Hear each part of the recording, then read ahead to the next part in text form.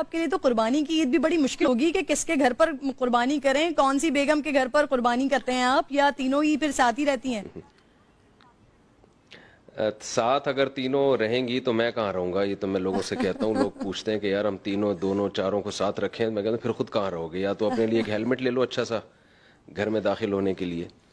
تو آج کل تو دو بہنیں اکٹھی نہیں رہتی گھروں میں, دو سوکنے کہاں رہیں گی, تو الگ الگ کا ہی کانسیپٹ ہے ہمارا. ویسے آپ کس گھر میں کون سی بیگم کے گھر پہ قربانی کرتے ہیں اور کیا لے کر آتے ہیں؟ دیکھیں ہمارے ہاں سب کا حصہ ڈلتا ہے, ایک بچڑا آتا ہے اور اس میں سارے گھر والوں کا حصہ ہوتا ہے, تو وہ حصہ بھی مجھے ہی کرنا پڑتا ہے. تو سب کی طرف سے ایک ایک حصہ اپنے حصے سمیت میں ڈالتا ہوں اس میں, اور وہ گوشت ڈیوائیڈ ہو کے سب گھروں میں پہنچ جاتا ہے. ایک خواتین کو تو ایک یہ بھی شوق ہوتا ہے نا ان کے گھر کے باہر جو ان کا جانور آیا ہے وہ بندھا ہوا ہو, تو پھر آپ کس کے گھر کے باہر کھڑا کرتے ہیں؟ جی ہاں, آپ بتا چکے ہیں کہ آپ کسی الگ الگ رہتے ہیں. میرے نہیں میرے تینوں گھر قریب قریب ہی ہیں, یہ آپ خوش قسمتی کہہ لیں یا بدقسمتی کہہ لیں, ٹھیک ہے, میرے تینوں گھر قریب قریب ہیں. اس کے کچھ نقصانات بھی ہیں, لیکن ایک فائدہ یہ ہے کہ بچڑا پھر تینوں گھر کے بیچ میں بن جاتا ہے. ایک جانور ہم ہر دفعہ ایسا ہی لے کر آتے ہیں جو ذرا پخراٹی نہ ہو اور معصوم سا ہو, یعنی مارے نہیں, بچے اسے گھما سکیں. آج کا جو دن ہے نا وہ اجتماعی طور پر اور پورے پاکستان میں یوم سسرال کے طور پر منایا جاتا ہے, تو آپ کے لیے تو بڑا مشکل ہو جاتا ہوگا. عید کے دوسرے دن تمام تینوں بیگمات کی خواہش ہوتی ہوگی کہ وہ اپنے گھر آپ کے ساتھ جائیں, تو پھر آپ کیسے مینج کرتے ہیں, کس کے گھر جاتے ہیں؟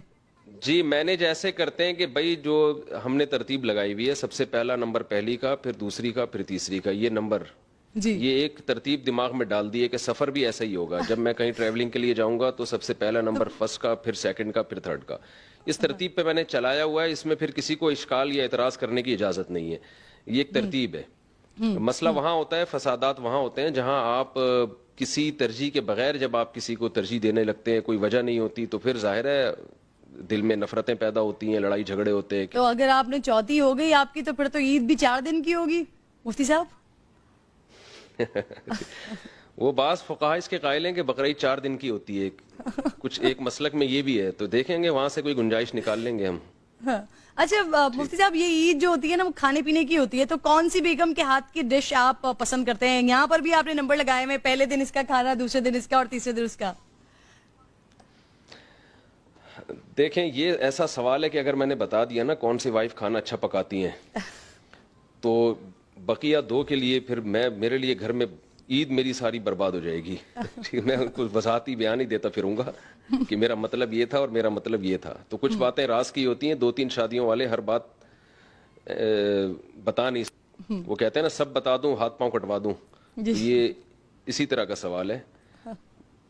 تو یہ بات آپ کسی کو بھیج دیں, یہ جو آپ کا کیمرہ مین ہے نا, اس کے کان میں بتا دوں گا میں. صحیح ہے, صحیح ہے. اچھا جی مفتی صاحب, ہم دکھا بھی رہے ہیں ساتھ ساتھ اپنے ناظرین کو, آپ جم بھی کرتے ہیں, سوئمنگ بھی کرتے ہیں, مسجد کو بھی وقت دیتے ہیں, پڑھانے بھی جاتے ہیں ماشاءاللہ, ساتھ ہی 3 شادیاں بھی ہیں, اب چوتھی شادی بھی آپ نے کرنی ہے, تو کیسے مینج کریں گے؟ یہ چوتھی کا پلان آپ نے کینسل کر دیا ہے؟ دیکھیں جو آدمی سارے کام کرتا ہے وہی سب کچھ کر سکتا ہے. جو اپنی صحت کا خیال نہیں کرتا, جم نہیں جاتا, جاگنگ نہیں کرتا, وہ شادیاں بھی نہیں کر سکتا. جو صحت کا خیال نہیں رکھتا وہ مذہب پہ بھی عمل نہیں کر سکتا. جب تک میرا ایک نظریہ ہے, رسول اللہ صلی اللہ علیہ وسلم کا ارشاد ہے, المؤمن القوی خیر من المؤمن الضعیف. صحیح حدیث ہے کہ آپ صلی اللہ علیہ وسلم نے فرمایا, طاقتور مومن اللہ کو کمزور مومن سے زیادہ محبوب ہے. احب الی اللہ کے الفاظ میں ہے کہ اللہ کو زیادہ محبوب ہے کمزور سے. تو میں نہیں کہہ رہا میں کوئی پاورفل آدمی ہوں, طاقتور آدمی ہوں, لیکن اس حدیث سے ہمیں یہ پتہ چلتا ہے کہ آپ کو اپنی صحت کا خیال رکھنا آپ کے لیے ضروری ہے. صحت اچھی ہوگی تو آپ خوش مزاج ہوں گے, سارے کام آپ کر سکیں گے, آپ بیویوں کی ٹینشن بھی اٹھا سکتے ہیں, آپ مذہبی ذمہ داریاں بھی پوری کر سکتے ہیں. تو یہ دونوں چیزیں جمع ہو سکتی ہیں کہ آپ صحت کو بھی ٹائم دیں, ایکسرسائز بھی کریں, اور باقی کام بھی آپ کریں. جو لوگ ایکسرسائز نہیں کرتے یا اپنی فزیکل ایکٹیویٹی کوئی ان کی ہے ہی نہیں, وہ ہر چیز میں ٹھس ہوتے ہیں, کسی کام کے نہیں ہوتے. وہ نہ مذہب میں آگے جا سکتے ہیں, نہ وہ گھر کو مینج کر سکتے ہیں. آپ کہ جو یہ 3 شادیوں 4 شادیوں والے بیانات ہیں اس میں تو تمام نوجوان جو ہے نا وہ آپ کے پیچھے ہیں بالکل. سب جس سے بھی کوئی بات کرو تو آپ کا کوئی بیان اٹھا کے دکھا دیتا ہے. تو میں چاہتی ہوں ذرا آپ جو آپ کی باتیں سن کر پھر شوق بھی رکھتے ہیں کہ اسی سنت کو بس ادا کر دیا جائے, تو ان کو ذرا یہ تو بتائیں کہ جب آپ 3 اور 4 شادیاں کرتے ہیں تو پھر اس میں کتنے اخراجات کتنے ہوتے ہیں, خرچے کتنے ہوتے ہیں, پھر آپ اپنی پرسنالٹی کے حوالے سے بھی بتائیے کہ آپ کیسے مینج کرتے ہیں. دیکھیے, جب بھی کسی حکم کو آپ ادھورا لیں گے نا, اسلام کا حکم, میں ایک چھوٹا سا چٹکلا سنا دوں آپ کو, ایک زبردست. ایک شخص انٹرویو کے لیے گیا تو دیکھا کچھ مزدور کام کر رہے ہیں. ایک گڑھا کھود رہا ہے درخت کے لیے نا, اور گڑھا کھودتا ہے, مٹی باہر نکالتا ہے, تو دوسرا اس میں مٹی ڈال کے اس گڑھے کو بند کر رہا ہے. تو یہ حیران ہوا, یار ایک گڑھا کھود رہا ہے دوسرا اس کو بند کر رہا ہے. تو پوچھا کہ یار یہ تم کیا کر رہے ہو؟ تو پہلے نے کہا بھائی مجھے گورنمنٹ نے ذمہ داری لگائی ہے کہ یہاں ایک درخت کا ایک پروجیکٹ ہے, اتنے 1000 درخت لگانے ہیں یہاں پہ, تو میں درخت لگانے کے لیے میں گڑھا کھود رہا ہوں. دوسرے سے کہا تمہارا کیا کام ہے؟ اس نے کہا میرا کام ہے جب گڑھا کھد جائے تو اس کو پھر مٹی سے بھر دینا. تو کہا ہے اور درخت والا کہاں ہے؟ انہوں نے کہا وہ چھٹی پہ گیا ہوا ہے. تو جب بھی کسی کام کو آپ کمپلیٹ نہیں کرتے, آدھا کام کرتے ہیں آدھا نہیں کرتے, تو یہی حشر ہوتا ہے کہ محنتیں ضائع ہوتی ہیں. تو اسلام نے اگر 2 یا 3 یا 4 شادیوں کی اجازت کیا بلکہ ترغیب دی ہے, تو اس میں عدل کی شرط اللہ نے لگائی ہے. وَإِنْ خِفْتُمْ أَلَّا تَعْدِلُوا فَوَاحِدَةً أَوْ مَا مَلَكَتْ أَيْمَانُكُمْ. اللہ نے فرمایا اگر 2 کے حقوق ادا نہیں کر سکتے تو پھر ایک پر اکتفا کرو, بلکہ ایک کے حقوق بھی ادا نہیں کر سکتے تو پھر ایک کی بھی آپ کو اجازت نہیں ہے. تو یہ جو ہے نا کہ کتنی ارننگ میں کتنی بیویاں پالی جا سکتی ہیں, اس کا تعلق اس سے ہے کہ آپ کس خاندان کی عورتوں سے نکاح کر رہے ہیں. اگر آپ کی ارننگ 1 لاکھ ہے تو آپ ایسی لڑکی سے شادی کریں جس کے باپ کی ارننگ یا جس کی ارننگ 50,000 ہو, آپ اس کے حقوق آرام سے ادا کر سکتے ہیں. لیکن مفتی اگر صاحب آپ کی ارننگ 10,000 ہے تو آپ ایسی باپ سے کمپیریزن کر رہے ہیں سر, تو بہنیں جو ساتھ ہوتی ہیں وہ تو اپنی چیزیں بھی شیئر کر لیتی ہیں, بیویاں یہاں پر تو آپ کہہ رہے ہیں اگر ساتھ ساتھ رکھ لی تو مسئلہ ہو جائے گا. تو یہ کمپیریزن سر کیسے ہوگا؟ نہیں, دیکھیں بیویاں 3 یا 4 کا مطلب یہ ہوتا ہے کہ آپ کس خاندان سے لا رہے ہیں نا. ہر عورت کا اسٹینڈ دیکھیں, قرآن مجید میں اللہ تعالیٰ کے ارشاد ہے عاشروہن بالمعروف. جو بیویوں کے اللہ نے جو حقوق بیان کیے نا اس میں عرف کا دخل ہے, اور فقہا نے جو اس کی تفصیل بیان کی ہے کہ آپ جس اسٹینڈرڈ کے گھر یعنی جس لڑکی سے آپ شادی کر رہے ہیں اس کا لائف اسٹینڈرڈ کیا ہے. مثال کے طور پر آپ ایک ایسی لڑکی سے شادی کرتے ہیں جس کے گھر میں نوکر کام کرتے ہیں, وہ لوگ ان کے ہاں گھروں میں عورتیں کام کرتی نہیں ہیں, یعنی ان کا معیار زندگی اتنا بلند ہے. تو علماء نے لکھا ہے کہ پھر شوہر پر لازم ہوگا کہ وہ بیوی کے لیے کسی خادم کا انتظام کرے, کسی نوکر کا انتظام کرے. یعنی اگر وہ نوکر کا انتظام نہیں کرتا تو وہ ظالم کہلائے گا, وہ یہ سمجھا جائے گا کہ وہ بیوی کا حق ادا نہیں کر رہا ہے. اچھا مفتی صاحب, کیونکہ آپ کے پاس چوتھی ویکینسی ابھی خالی ہے سر, تو مجھے بتائیے کہ اگر موقع ملتا ہے آپ کو کسی سے چوتھی شادی کا, تو اگر میں آپ کو آپشن دوں ان میں سے کن کو چوز کریں گے آپ؟ میرا, عائشہ عمر, صبا قمر یا پھر مہوش حیات؟ تینوں کو تو میں جانتا نہیں, پہلی والی کا نام سنا ہوا ہے میں نے. تو میں تو دیکھیں جی مولانا ٹائپ کا آدمی ہوں میں, تو ظاہر ہے پردہ, نماز, ان سب چیزوں کو ترجیح دوں گا سب سے پہلے. تو ان میں سے جو شرعی پردہ کرتی ہو, 5 ٹائم کی نماز کی پابند ہو, تو مجھے بتا دیں. ویسے سرحد پار ایسا بھی ہوا ہے مفتیان کرام نے کچھ میڈیا انڈسٹری کی خواتین سے شادی کی ہے اور پھر ان کو باپردہ بنا دیا ہے. دیکھیں باپردہ بنانا اتنی ٹینشن, اب میں پہلے اتنی ٹینشنوں میں گھرا ہوں, مجھے تو ریڈی میڈ چاہیے باپردہ. ٹھیک ہے, ریڈی میڈ نمازی جی, ٹھیک ہے. اچھا, بنانے کی ٹینشن کا ٹائم نہیں. صحیح. علامہ صاحب, اب ویسے عالم بننا مشکل ہے یا وہ شوہر جس کی بیگم خود تعریف کرے؟ ہمارے والد صاحب ایک لطیفہ سنایا کرتے تھے کہ ایک خاتون, ایک صاحب بزرگ تھے, ان کی وائف ان کی تعریف نہیں کرتی تھی, ساری دنیا ان کے ہاتھ چومتی تھی اور بڑی بڑی کرامتیں ظاہر ہوتی تھیں ان کے ہاتھوں سے, لیکن ان کی بیگم کو جب پتہ چلتا وہ کہتی ہیں ایسی فراڈی ہے. تو بڑے جھنجھلا جاتے کہ یار بیوی نہیں مانتی, باقی ساری دنیا مانتی ہے. تو ایک دن انہوں نے بھیس بدل کے کرامت دکھائی. وہ بھیس بدل کے گھر کے باہر گئے اور ہوا میں نا اڑتے ہوئے اپنے مکان کے صحن میں سے گزرے. تو ان کی بیگم نے دیکھا, واہ بھائی واہ, یہ تو کیا بزرگ ہیں جو ہوا میں اڑتے ہوئے جا رہے ہیں.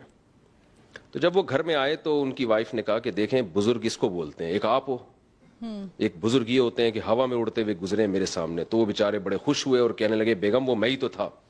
تو کہتی ہیں اچھا جبھی تھوڑے ٹیڑے ٹیڑے سے اڑ رہے تھے سیدھے نہیں تھے. تو انسان گھر کے باہر ہیرو ہوتا ہے, گھر میں کوئی ہیرو نہیں ہوتا. ایک انگریز نے لکھا ہے کہ صرف محمد صلی اللہ علیہ وسلم کی شخصیت ایسی تھی, یہ آپ کا معجزہ تھا, یہ آپ کی ایک کمال تھا کہ آپ گھر کے باہر بھی ہیرو اور گھر میں بھی ہیرو. تو بیگم سے کے زبان سے اپنی تعریف نکلوانا اونٹ کو رکشے میں بٹھانے سے زیادہ مشکل ہے. صحیح. اچھا مجھے یہ بتائیے مفتی صاحب, آپ 4 شادیوں کی سر بات کرتے ہیں, سر پہلی بیوی کے ہوتے ہوئے دوسری شادی نہ کرنا بھی تو سنت ہے؟ دیکھیے, سنت اس عمل کو کہا جاتا ہے جو رسول اللہ صلی اللہ علیہ وسلم نے بطور دین کے کیا ہو, دین کے طور پر. اس کی میں ایک مثال دیتا ہوں. جو کی روٹی آپ صلی اللہ علیہ وسلم نے کھائی ہے, لیکن جو کی روٹی کو ہم دینی سنت نہیں کہہ سکتے, اس لیے کہ کلچر تھا. آپ صلی اللہ علیہ وسلم نے اونٹ کا گوشت کھایا ہے, لیکن ہم اس کو ایز دینی سنت نہیں کہہ سکتے, اس لیے کہ کلچر تھا. صحیح. تو نبی صلی اللہ علیہ وسلم نے حضرت خدیجہ رضی اللہ تعالی عنہا کی موجودگی میں دوسری شادی نہیں کی, اس لیے کہ یہ ہجرت سے پہلے کا زمانہ ہے. ہجرت سے پہلے دین کے احکام تفصیلی طور پر نازل نہیں ہوئے تھے, اور آپ صلی اللہ علیہ وسلم کی طبیعت میں اللہ نے دنیا سے بے رغبتی رکھی تھی. یہی وجہ ہے کہ آپ نے 25 سال کی عمر میں ایک بیوہ سے شادی کی ہے جو 2 دفعہ بیوہ ہو چکی ہیں. حالانکہ عرب کے کلچر میں یہ نہیں تھا, عرب تو جوانی میں کئی بیویاں رکھا کرتے تھے, اور آپ صلی اللہ علیہ وسلم نے 49 یا 50 سال کی عمر تک نکاح نہیں کیا. تو اس کے بعد جب ہجرت کا زمانہ قریب آیا ہے نا, تو پھر آپ صلی اللہ علیہ وسلم نے کثرت سے نکاح کیے. تو یہ بتانے کے لیے کہ نبی صلی اللہ علیہ وسلم اگر نبوت سے پہلے زیادہ شادیاں کرتے تو لوگ اس کو کلچر کا حصہ سمجھتے. لوگ سمجھتے کہ آپ صلی اللہ علیہ وسلم کو نکاح کی طرف رغبت ایک قدرتی رغبت تھی آپ کو, یہ عرب کے کلچر کو آپ نے فالو کیا ہے. تو آپ صلی اللہ علیہ وسلم نے ہجرت سے پہلے کلچر کی مخالفت کی ہے. عرب کا کلچر تھا زیادہ شادیاں کا, آپ نے اس کی مخالفت کی, اور ہجرت کے بعد آپ نے زیادہ شادیاں کر کے یہ بتایا کہ میں جو نکاح کی کثرت کر رہا ہوں یہ اسلام کے حکم کی وجہ سے کر رہا ہوں, عرب کے کلچر کو فالو نہیں کر رہا. علامہ صاحب بتایا تو یہ جاتا ہے کہ اماں خدیجہ رضی اللہ تعالیٰ عنہا سے اتنی محبت کرتے تھے آقا علیہ الصلوۃ والسلام کے, اس وجہ سے کہ جب تک وہ حیات تھیں تب تک آپ نے دوسرا نکاح نہیں کیا. نہیں, یہ اس کی کوئی ہمارے پاس اوتھینٹک دلیل نہیں ہے. حضرت عائشہ رضی اللہ تعالی عنہا سے نبی کو بہت زیادہ محبت تھی جیسے حضرت خدیجہ سے تھی, اور ایک روایت میں ہے کہ آپ صلی اللہ علیہ وسلم نے فرمایا جیسے سرید کو تمام کھانوں میں فضیلت ہے, اسی طرح عائشہ کو بھی تمام عورتوں پہ فضیلت ہے. تو امی عائشہ سے بھی بے پناہ محبت تھی آپ صلی اللہ علیہ وسلم کو, اس کے باوجود ان پر اتنی ساری شادیاں کی ہیں. یہ قرآن کی جو آیت ہے نا, یہ جو لوگ سوال کرتے ہیں کہ یار میری پہلی بیوی میں خرابی کیا کہ میں دوسری شادی کروں, یہ بالکل ایک غلط اعتراض ہے. قرآن کے الفاظ ہیں فَانْكِحُوا مَا طَابَ لَكُم مِّنَ النِّسَاءِ مَثْنَىٰ وَثُلَاثَ وَرُبَاع, جو عورتیں تمہیں پسند ہو ان میں سے 2-2 3-3 4-4 سے کرو. تو اس میں اللہ نے بتا دیا کہ چاروں پسندیدہ ہونی چاہیے, یہ نہیں کہا کہ جو ناپسند ہو تو ان سے کرو. تو پہلی پسندیدہ ہوگی, آپ کی فیوریٹ ہوگی, اس کے بعد آپ دوسری کریں, اس کے بعد آپ تیسری کریں, اس کے بعد آپ چوتھی کریں. تو چاروں پسندیدہ ہی ہونی چاہیے.